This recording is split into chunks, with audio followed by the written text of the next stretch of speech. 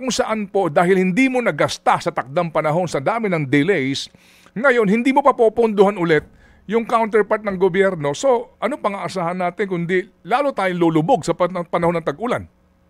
Tama po. Yan po yung mga konkretong halimbawa nung itong pinag-uusapan natin na unprogrammed.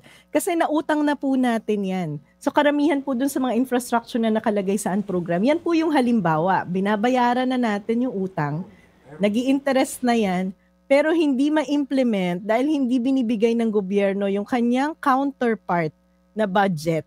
Dahil yun nga po, kailangan yung right of way, yung mga i-compensate dahil dun sa mga may-ari ng lupa na madi-displace kapag ginawa yung mga proyekto na yan. Kailangan po bayaran yan ng national government eh. Yung mga preparation, feasibility study, yan po ay counterpart ng national government. Ngayon, kung hindi po yan popondohan ng national government, kahit na utang na natin yan, ay hindi po yan mai-implement. Kaya nga po talagang mapapamura ka, mapapakamot ka ng ulo dahil may mga pag-aaral naman po na ito ang mga dapat na pinaprioritize.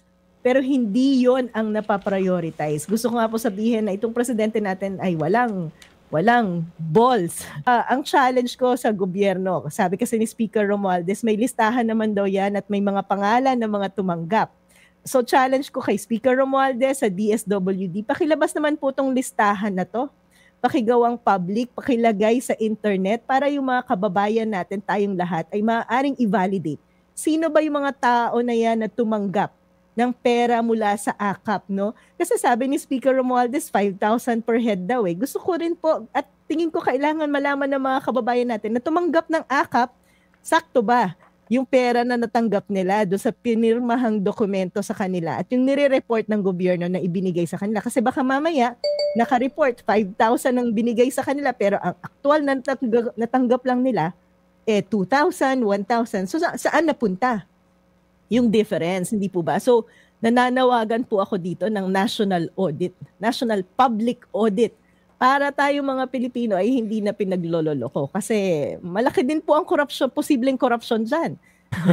Ma'am, naunawaan po namin ang inyo pong kaisipan at higit sa lahat po yung damdamin po bilang isang Pilipino sa nangyayaring ito sa ating pong budget and yung pagpayag ng nakararami, sobrang dami po ng ating mga pinagkakatiwalaan nga dapat ng mga mambabatas tungkol nga sa isyong ito.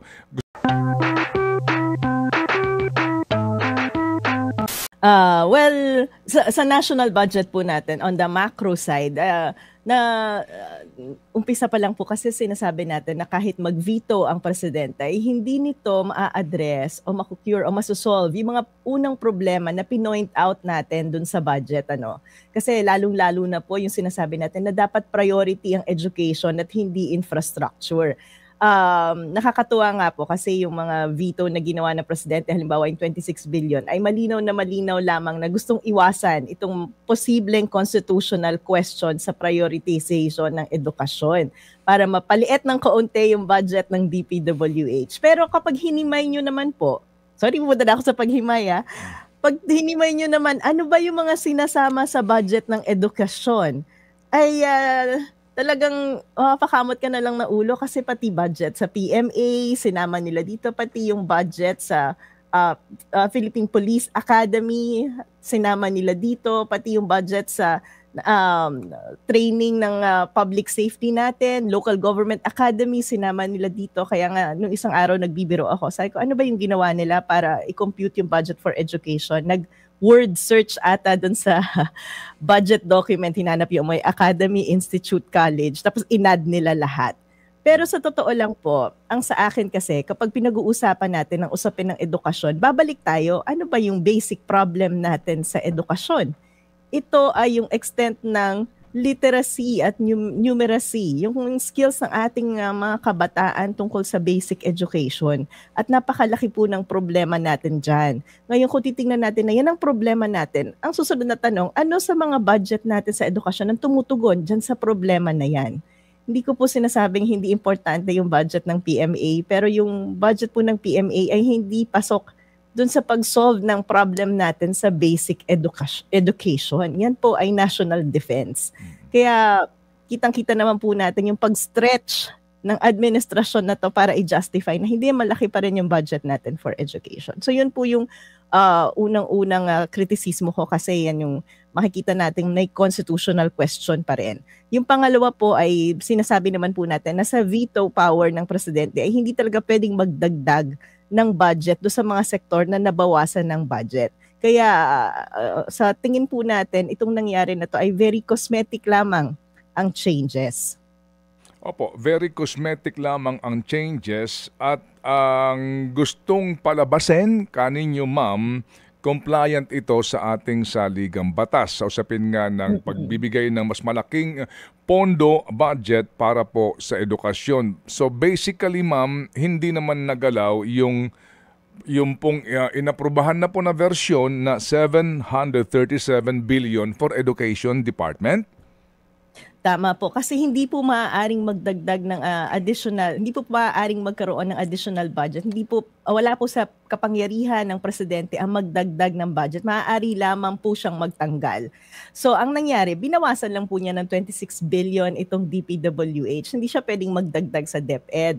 Tapos ito nga pong lumalabas na breakdown nila nung sinasabi nilang education sector. Inisa-isa ko nga po kasi sinama nila yung PMA kasi baka naman sabihin, 'di ba? May academy din naman yan, may gumagraduate din naman sa PMA. Pero kapag tinignan niyo, ano ba yung main objective ng PMA? Ito ay tugon sa national security threat para magkaroon tayo ng mga graduate na military para sa armed forces.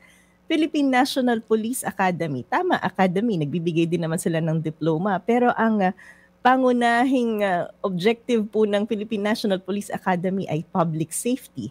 Philippine Public Safety College, ito ay continuous training ng ating mga PNP, Bureau of Fire Protection at saka Jail Management and Penology. Ganun pa rin po yung iba. Inisa-isa ko talaga siya. National Defense College. Ito ay institusyon na nag-aaral tungkol sa national defense. Local Government Academy, ito ay training center para sa nating local government officials. So, kung nag-iisip, itong gobyerno natin, nilalahat ko pati executive at saka legislative kasi sila yung gumawa ng justification na to Di ba kayo nag-iisip? Ano ba yung basic problem natin sa education? Ito yung palaking-palaki na out of school youth. Ito yung mga estudyante natin sa grade 10 na walang kakayahan para sa comprehensive reading skills. Yung pinakamalaking problema natin, yung PISA score natin na napakababa at yung indikasyon ng kakulangan ng mga kabataan natin sa kakayahang magbasa at magsulat. Tapos ito yung ibibigay niyo sa ating datos na nagja-justify na malaki ang budget sa edukasyon. Parang naglolokohan po talaga tayo. Parang naglolokohan po talaga tayo. To be straightforward about this, ma'am, ano bang eksaktong word na maaari magamit dito to be talaga pong to be frank about this, no? Hindi po talaga parang tanggalin natin yung parang naglolokohan tayo at patuloy na ginagago ang taong bayan. Yun po talaga yung tamang salita dyan. At ito pa nga po yung nakakatawa. Tingnan nyo yung 26 billion na binito ng presidente. Malinaw na ito ay yung mga flood control projects ng siningit ng mga congressman at senador. Pero babalikan natin, magkano yung talagang isiningit sa BICAM? Ito ay umaabot ng halos 289 billion pesos. Di po ba? At ang binito lang ay 26 billion. Mukha talagang naghirap yung presidente. Inisa-isa. Para tingnan kung sino ba sa mga congressman at mga senador ang matatapyasan ng kanilang pet project. Pero katulad po ng sinasabi natin, itong budget na to ay talagang pro-politician. Kasi sa 289 billion na sinaksak ng mga pork barrel projects, talagang 26 billion lang ang natanggal ng presidente. At talagang tinanggal lang niya yung 26 billion para kunwari ay mas malaki na yung education pero sa DPWH, mas malaki na yung education compared to DPWH. So that's one problem. Another problem, ito po yung matagal na natin pinag-uusapan, yung sa PhilHealth. Kasi kahit mag-veto siya, hindi naman niya mabibigyan ng budget para subsidiya ang PhilHealth. So malaking problema pa rin po yan at talagang isusulong po natin yung problema na yan sa Supreme Court. Idudulog po natin doon. Kasi even sa press con, sinabi ni Secretary Mina, 150 billion lang naman ang kailangan ng PhilHealth. Parang ito nga yung sasabi ko, ano ba namang math ang ginagawa nila?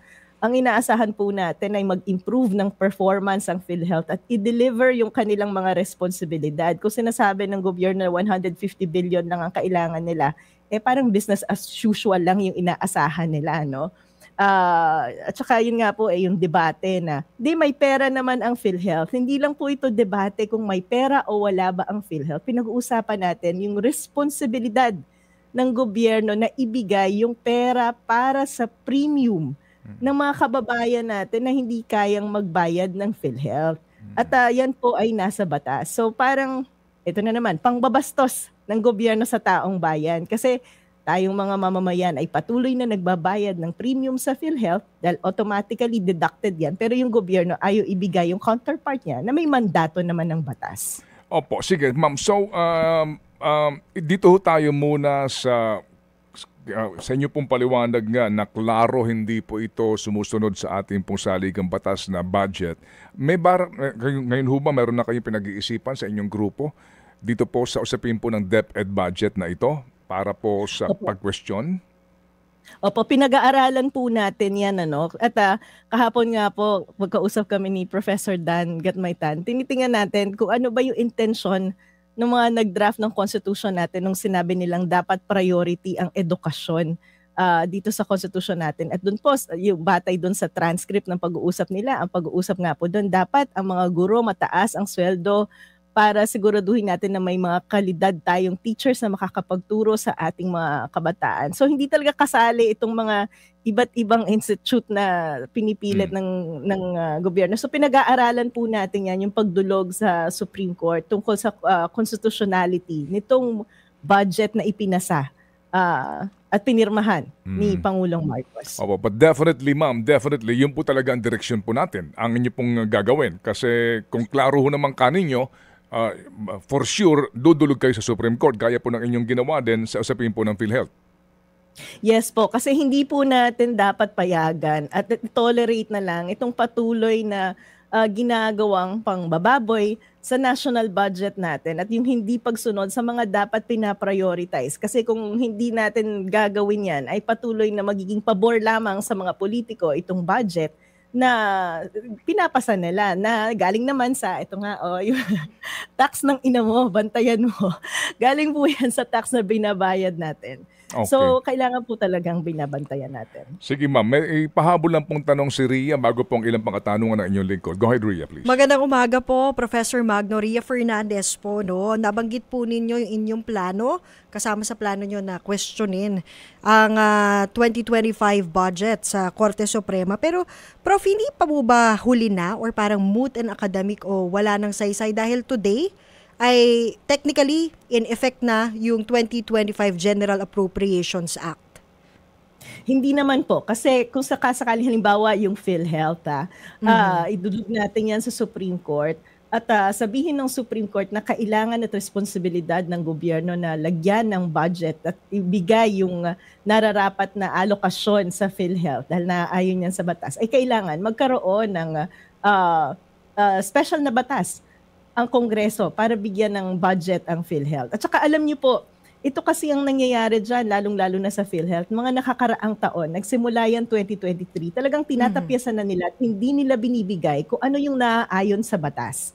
So napaka-importante po na gawin natin to para sa mga susunod pang taon ay tigilan na ng Kongreso yung paglabag sa batas at yung hindi pagbibigay ng naaayon sa batas ng kung ano ba yung dapat napupunta sa PhilHealth. May isang observation pa pala tayo dito sa budget veto ng presidente kasi 26 billion ay binaba sa DPWH at may sinasabi silang yung unprogrammed fund ay binawasan din ng 168 billion pesos. Pero yun nga po ang overall effect nito ay wala naman. Kasi yung unprogrammed appropriation, wala naman talagang pondo yun. Diba? So ang naging, kumbaga sa fiscal space natin o yung pera ng gobyerno, ang na-free lang ay 26 billion na maaaring i-reallocate ng gobyerno. Pero napakaliit po nun para tugunan yung mga ilan pang ahensya na nabawasan. Katulad ng 4Ps na binawasan ng 50 billion. At nakakalungkot nga, nilipat na yung 50 billion na yan sa unprogram. Ngayon, tinanggal pa sa unprogram. So talagang pinaliit yung budget ng 4Ps. Na ito na naman, babalik na naman tayo sa isang pangloloko na yung 4Ps binawasan ng 50 billion pero yung AKAP hindi vinito at hinayaan ng nandyan na 26 billion pesos. So, yung nga po, Professor, ha, ito muna. So, yung pong usapin ng education budget, klaro po ito, talagang dapat idulog sa kataas-taasang hukuman. Dito po sa unprogram appropriations na ito na pinalalabas nila na ang laki po ng natanggal, no, na veto, gayong sabi ho ninyo, ano naman practically, walang effect yung veto mo doon sa program kasi wala namang perang pinag-uusapan doon.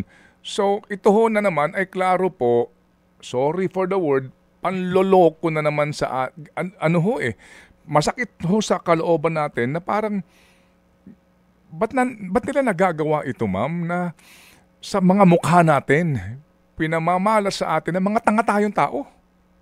Na kunwari talagang may ginawa yung presidente. Pero sa totoo lang po, katulad ng kinukwento natin madalas, itong unprogrammed appropriation, ito yung mga hindi na priority kasi hindi na paglaanan ng aktual na budget. Pero ito nga po yung nakakatawa kasi pag tiningnan nyo yung vinito na 168 billion pesos na nasa unprogrammed, yan yung 50 billion na yung 50 billion na 4-piece na budget na tinanggal do sa program, nilipat sa unprogram. Sa ngayon, natanggal na rin siya sa unprogram, wala na talaga siya. Yung additional compensation ng ating mga healthcare and non-healthcare workers na due pa nung pandemic, no, 2 billion yun.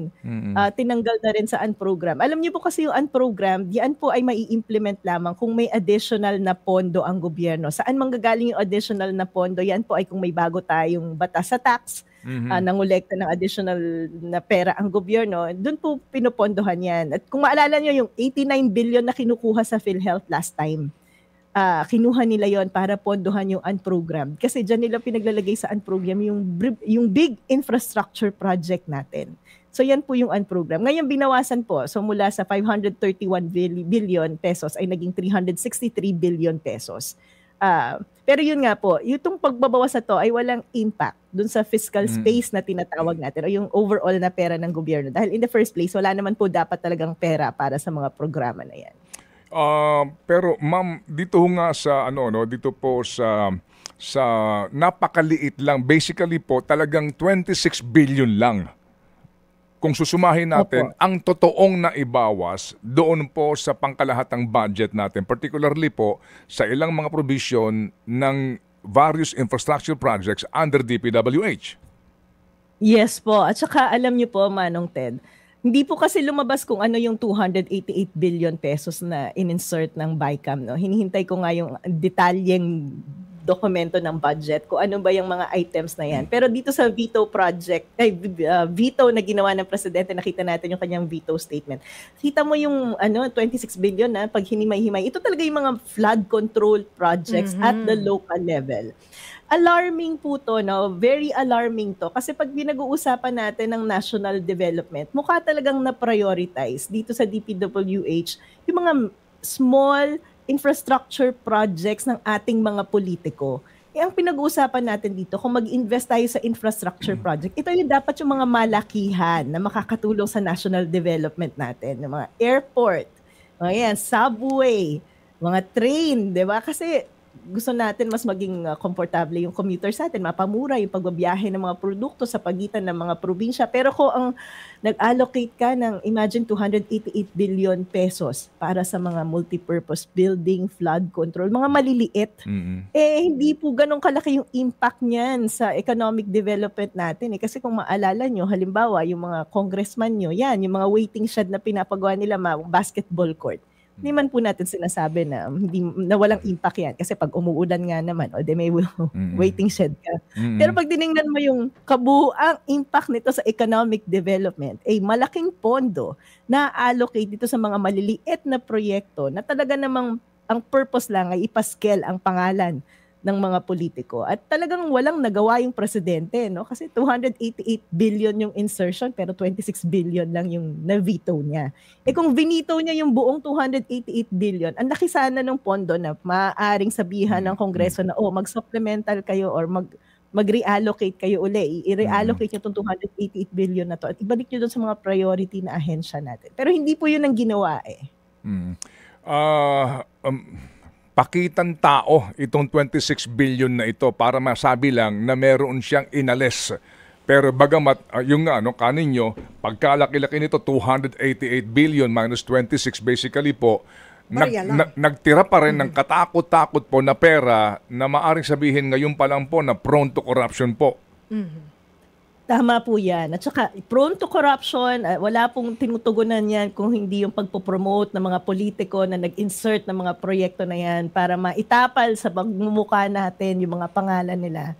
Lalong-lalo nga ngayon at nalalapit ang eleksyon. At yan po yung mga items na laging kinukwento ni Mayor Magalong na malaking porsyento ay napapamulsa ng mga politiko natin. Opo, 50 billion po nga na napaka-importanting pondo para po sa napakahalaga at epektibong programa na 4Ps, Conditional cash transfer po ito, ma'am. 50 billion. Bagamat sa amin pong pag-aaral, ma'am, 400,000 plus ng mga pamilyang Pilipino ang waitlisted sa 4Ps. So, sa halip nga po na lahat kanlungin na, kasi nga ito po dumaan na po sa pag-aaral, ngayon, yung mga waitlisted, dadami pa. So, basically, ma'am, tinanggalan mo ng 50 billion para sa karagdagang pera sa 4Ps, pero yung akap, tuloy pa rin yung 26 billion. Ano ang iyong tugon doon sa katwiran nila Secretary Pangandaman na sandali lang, tuloy yan pero may condition naman daw. Go ahead, ma'am. Ayun nga po noong 2024 na-implement na yung AKAP program na yan at nag-allocate din ng 26.7 billion pesos. Tapos ngayon lang kayo nagsasabi na bibigyan to ng structure at saka programa. That's one. Pangalawa, tama po kayo, Manong Ted. Itong 4Ps, maayos na yung implementasyon na to, in place na to. At sa 4Ps po, malinaw na malinaw, nagbibigay tayo ng ayuda. Pero ang goal ng pagbibigay ng ayuda na to ay ilabas, bawasan ng mahihirap, ilabas sila sa pagiging dependent sa ayuda. Kasi kung maalala po ng mga tumatanggap ng 4Ps, hindi mo lang basta matatanggap yung pondo na yan. Kailangan pinapa-check up mo yung mga anak mo, pinapaaral mo, pinapadapasok mo sila sa eskwelahan. Ikaw ay nag-undergo ng training para makahanap ng ibang trabaho. So nandun po yung aspeto na kailangan gumagraduate ka sa 4Ps. Dito sa AKAP program, wala naman pong mga ganong programa, kasi ginagamit lang yan pang pamudmod habang nag-iikot ang ating mga politiko. At parang dapat ba magpasalamat tayo sa sinasabi ni Secretary Pangandaman na finally may structure na isang taon na itong ini-implement. That's one.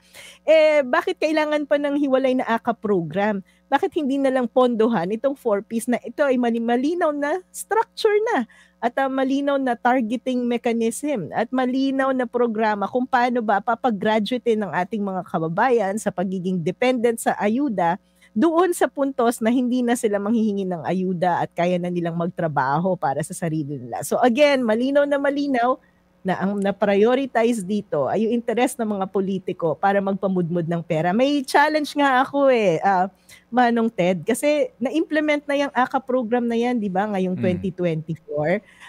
Ang challenge ko sa gobyerno, sabi kasi ni Speaker Romualdez, may listahan naman daw yan at may mga pangalan ng mga tumanggap. So challenge ko kay Speaker Romualdez sa DSWD, pakilabas naman po tong listahan na to. Pakigawang public, pakilagay sa internet para yung mga kababayan natin, tayong lahat, ay maaaring i-validate. Sino ba yung mga tao na yan na tumanggap ng pera mula sa AKAP, Kasi sabi ni Speaker Romualdez, 5,000 per head daw. Gusto ko rin po, at tingin ko kailangan malaman ng mga kababayan natin na tumanggap ng AKAP, sakto ba yung pera na natanggap nila doon sa pinirmahang dokumento sa kanila at yung nire-report ng gobyerno na ibinigay sa kanila. Kasi baka mamaya, naka-report 5,000 ang binigay sa kanila pero ang aktual na natanggap lang nila, 2,000, 1,000. So saan napunta yung difference, hindi po ba? So nananawagan po ako dito ng national audit, national public audit, para tayo mga Pilipino ay hindi na pinaglololoko. Kasi malaki din po ang corruption, posibleng corruption dyan. Binibigyan kayo kasi papasalamat kayo. Pasalamat na tayo, at least bigyan tayo ng 500, 1,000. Pero pag nireport pala, dapat ang natanggap nyo ay 5,000. So national public audit po ang panawagan ko para dito sa 2024 implementation ng AKAP program. Para po nagkakaalaman na tayo tungkol dito sa mga korupsyon na nangyayari sa pamahalaan natin. Professor, doon po sa sinasabi ni Secretary Pangandaman na may guidelines na naman ito, subject to conditions, baka lang po kayo mismo na nag-aaral pa rin hanggang ngayon sa kabuuan po nitong approved budget na ito. Ma'am, yung conditions na yan, sa sinasabi po ni Secretary, sabi lang niya na may condition. Yes. Pero hindi ka naman pwedeng maglagay doon sa GAA ng additional provision na ang release nito subject to these conditions. Diba? Hindi naman pwedeng gawin yun eh. So basically, sinasabi mo lang, meron kaming condition na. So at the end of the day, kapag humupa ng isyong ito, wala nagbabantay, sino po ang magsasabi sa DBM, mag-release ka ng SARO? Diba? Sa mga Tama, tao. tama. Go ahead, ma'am. Go ahead po. Tama po, no? Tama po. Yung condition na yan ay sinasabi lamang na administrasyon, pero yung pondo ay nandyan na. Alam niyo, Manong Ted, simula nang diniscuss ko tong AKAP na to, may mga nagpapadala sa akin ng mga dokumento ng mga kababayan natin, yung mga pinapapirmahan sa kanila. Yung iba walang nakalagay na amount, yung mga iba ay walang date. Yung iba nga po may nakalagay na to be deducted from the budget of, tapos nakalagay yung pangalan ng congressman. So this is how it's being implemented. Kaya nga po ang challenge ko, ilabas natin itong mga dokumento, itong mga pinapirmahan natin sa mga kababayan natin. Ito nga po sinasabi nila ngayon, lalagyan nila ng structure. 26 billion na yung sinayang natin dyan ngayong 2024. Tapos anong targeting mechanism yung ginagawa natin kapag pumupunta tayo sa mall at nagdi-distribute sa mall? Tapos ito nga pong sinasabi niyo, Manong Ted, 500,000 ang, tama ba? 500,000 470,000 families. Ang waitlisted sa 4P. So yan pong 4Ps ang sinasabi natin, ito na yung mga pinakamahihirap nating kababayan. So bakit hindi natin pinondohan yung mga mahihirap nating kababayan? Tapos tatalon tayo agad dito sa AKAP na ang target ay minimum wage earners. Hindi po ba? So parang hindi malinaw sa akin kung anong kahirapan, kung ano yung problemang tinutugunan natin sa pag-i-implement nitong AKAP program. Okay. Ma'am, siguro din, again, sa inyo pong pag-aaral dito po sa mga sinasabi po na napunta sa unprogrammed appropriations, kasi nga ito'y nabanggit ko rin kahapon kay former SP Frank Drilon, yung pong mga foreign assisted projects, na napaka-importante kasi during the last deliberation po ng budget, may mga nag-ungkat niyan Bakit si Senator JV, bakit hindi po umusad itong subway, itong rail system? Kasi po nawalan ng counterpart yung gobyerno, napunta sa unprogrammed. Di ba ma'am, kayo na po magpaliwanag, alam naman po natin na may mga malalaking proyekto talaga na kailangan natin at meron dyan counterpart ng Philippine government sa funding, particularly po sa gastusin, sa right of way, etc. Kayo na po magpaliwanag, sa ating po bang pambansang budget, gaano ka-importante yung appropriations na counterpart o equity ng gobyerno para doon sa mga inuutang natin na foreign assisted projects? Opo. Yung pong mga foreign assisted projects na yan, yun po yung sinasabi ko kanina, mga malalaking infrastructure na kailangan natin. Di ba po, araw-araw nakaupo tayo sa traffic. Sabi natin, kailangan i-improve ang ating public transportation system. Kaya nga po may pag-aaral na i-implement itong subway system natin. Ito nga po yung nakakatawa Kasi ano ba naman yan? Ito yung mga flagship infrastructure project natin na nakalagay sa ating Philippine Development Plan na sinasabi natin kailangan para mapalago natin ang ekonomiya natin. At nung nag-budget ang Kongreso natin, nilagay nila ito sa unprogrammed appropriation. Yung pong unprogrammed appropriation, yan yung mga bahagi ng budget natin na talagang walang budget, wala pang pondo. Hihintayin pa kung magkakapera yung gobyerno o hindi bago ma-implement. Pero ito po yung isang kwento pa dyan. So ibig sabihin, hindi na prioritize itong mga malalaking infrastructure project natin. Maghihintay pa tayo kung magkakapondo para ma-implement yan. Pero itong mga big infra projects na to, ay na-approve na po yung loan yan, ha? Halimbawa, yung subway na yan, approve na yung utang natin dyan sa JICA. At tumatakbo na yung interest niyan. So nagbabayad na tayo ng interest sa mga utang na yan na hindi naman gumagalaw at ma-implement dahil hindi pinondohan ng Kongreso natin at nilagay nila sa unprogrammed.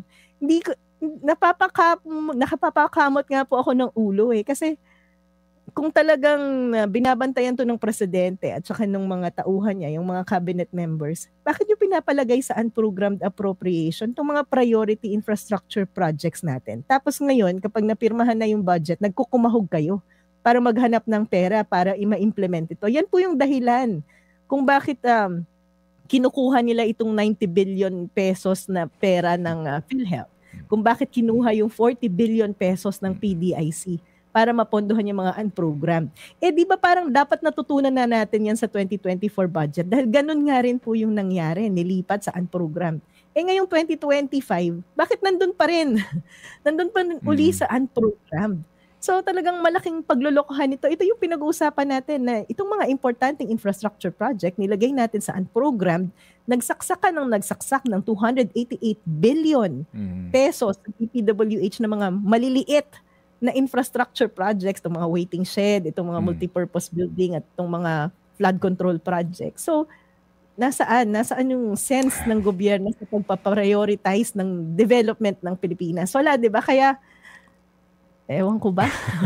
Ma'am, nauunawaan po namin ang inyo pong kaisipan at higit sa lahat po, yung damdamin po bilang isang Pilipino sa nangyayaring ito sa ating pong budget and yung pagpayag ng nakararami, sobrang dami po ng ating mga pinagkakatiwalaan nga dapat ng mga mambabatas tungkol nga sa isyong ito. Gusto ko rin po sanang ungkatin po ito kasi hindi naman tayo nagmamadali this morning and we appreciate nga itong pagbibigyan nyo ng panahon kahit na holiday ngayon dito po sa ating diskusyon. Doon po sa mga flood control projects, meron naman talaga na maari po natin sabihin na hindi yan importante. Kasi nga sabog itong mga programang ito, di ba? May mga ibang mga lugar na alam po naman natin din na posible po maging source of corruption. Pero meron pong mga mga inutang natin na mga pondo para po sa napaka-importanting mga flood control projects. Halimbawa sa Metro Manila, no? Itong World Bank na inutangan po natin ng malaking halaga at sa pinakahuling COA report na aming pong pinag-aralan, pinagbabayad na po tayo dito ng multa kasi nga hindi nagamit yung pera. Basically po, meron nga tayo ditong restructuring ngayon sa loan sa World Bank. Ngayon, inamin po sa amin mismo na Secretary Bonoan ng aming siya makapanayam na ang sa Metro Manila po, lulubog pa rin tayo sa baha. Kasi sa pinakahuling COA report at maging dito po sa aming hawak na dokumento nga galing sa World Bank na restructuring paper po para sa ating flood control projects in Metro Manila, out of the original na 20 bagong pumping stations, 4 na lang ang gagawin. Doña Imelda, Rojas 1, Rojas 2, tatalon sa Quezon City. 20 po ito.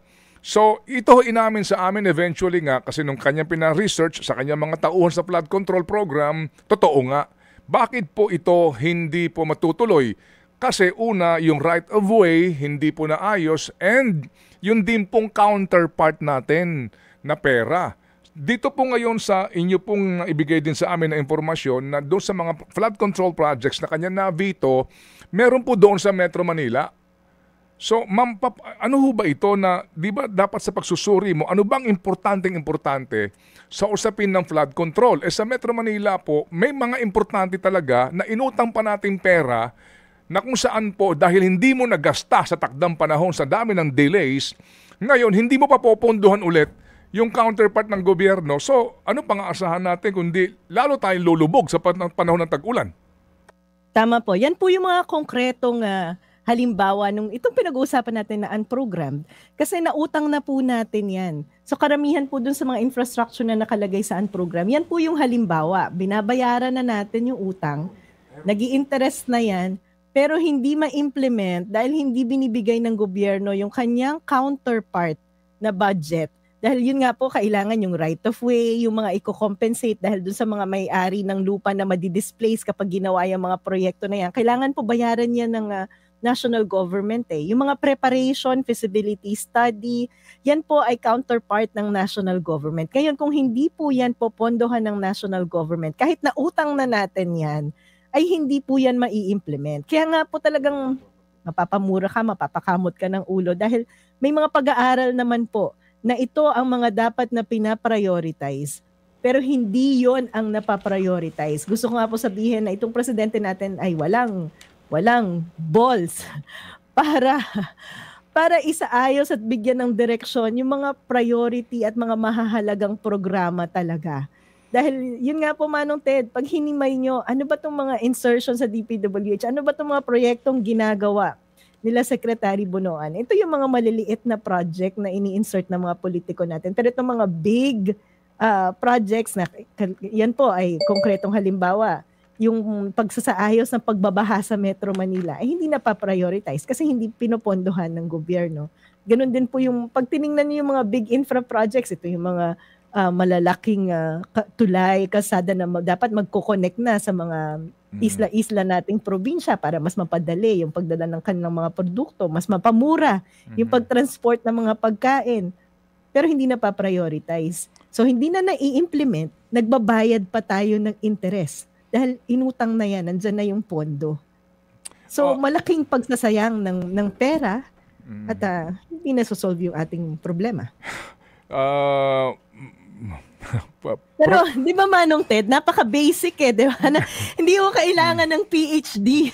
Yes, ma'am. Para malaman ano ba dapat yung pinaprioritize, ano ba dapat yung pinapondohan para umusad, para masolve yung problema ng mga kababayan natin, para naman guminha-ginhawa ang buhay natin.